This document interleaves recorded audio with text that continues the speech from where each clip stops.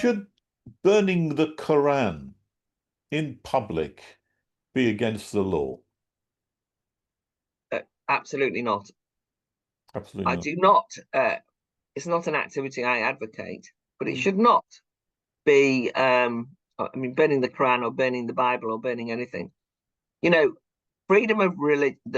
I'm a very big supporter of religious freedom, so I defend religious practice and religious mores, even though I'm not religious, to happen in a secular society. Is a crucial bedrock of a modern tolerant society. But freedom of religion also has to live alongside freedom to ridicule and critique religion, because those freedoms are not contradictory at all. They're actually dependent on each other. If you have freedom to simply to mock religion, but you deny people the right to religious freedom, then obviously you're in danger then of being prejudiced against people with religious beliefs. If you have just freedom of religion and say I can't have anything that offends it, then you are effectively bringing in a blasphemy law, where you are talking about a denial of the secular freedom to say that religion is rubbish. And so you're constantly negotiating this. But the person who, but it's a really big case that's coming up. Yes, Um, Hamit Kozkun is yeah. apparently set fire to the Quran outside the Turkish consulate. And he shouted, Islam is a religion of terrorism. And he's now going to appear at Westminster Magistrates Court, charged with disorderly behaviour likely to cause harassment, alarm, or distress. So that term harassment and that term distress, they are now regularly used in the law. Now, harassment is that's another one of those words. You think if somebody says, I'm being harassed, that you imagine being stalked and this intense sort of harassment is now speech, regularly used as speech and hurt feelings.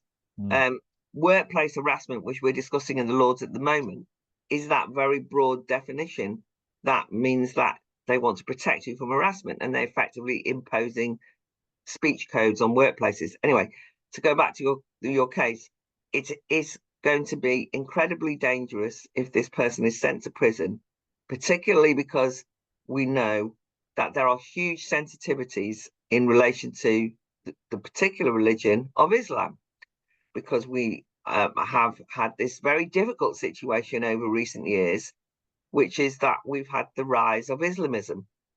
Mm. And Islamism is a politicized version of the religion. So it uses all the language of the religion.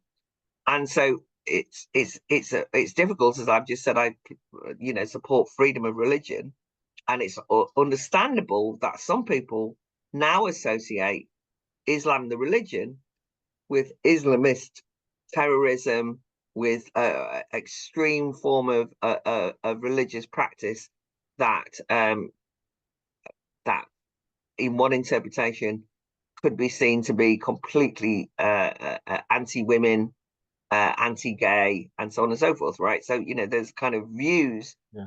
but that also in practice can often mean a kind of segregated society in many of the cities in the UK, many towns in the UK, and so people have got into a muddle over it. And there's an attempt by some parliamentarians to bring in a formal definition. The government are going along with this of Islamophobia. Well, this will have a terrible chilling effect, because we know that in relation to the horrors of the grooming gangs in northern cities and towns, that one of the reasons why people did not report the mass sexual assaults and rape of young girls in those towns was because the perpetrators were largely Pakistani Muslims, and they were frightened that they'd be accused of Islamophobia. And so we're constantly negotiating these things. So always, in my view, we should bend the stick towards as much speech as possible. And then we can untangle the difficulties that we encounter around what a word means. What do you mean by Islamism? What do you mean by... And there are people who are constantly expressing just downright anti-Muslim views, right? Social media is full of it. It's only through having the conversation where, when you get to the root of it, they'll say, well, it's just that aren't the Muslims aren't Muslims all signed up to supporting, terrorism against the West? And you can explain, no, that's not true. Are all Muslims going along with the rape gangs in Blackburn and so on and so forth? And you say, no, that's not true. But you've got to thrash these things out.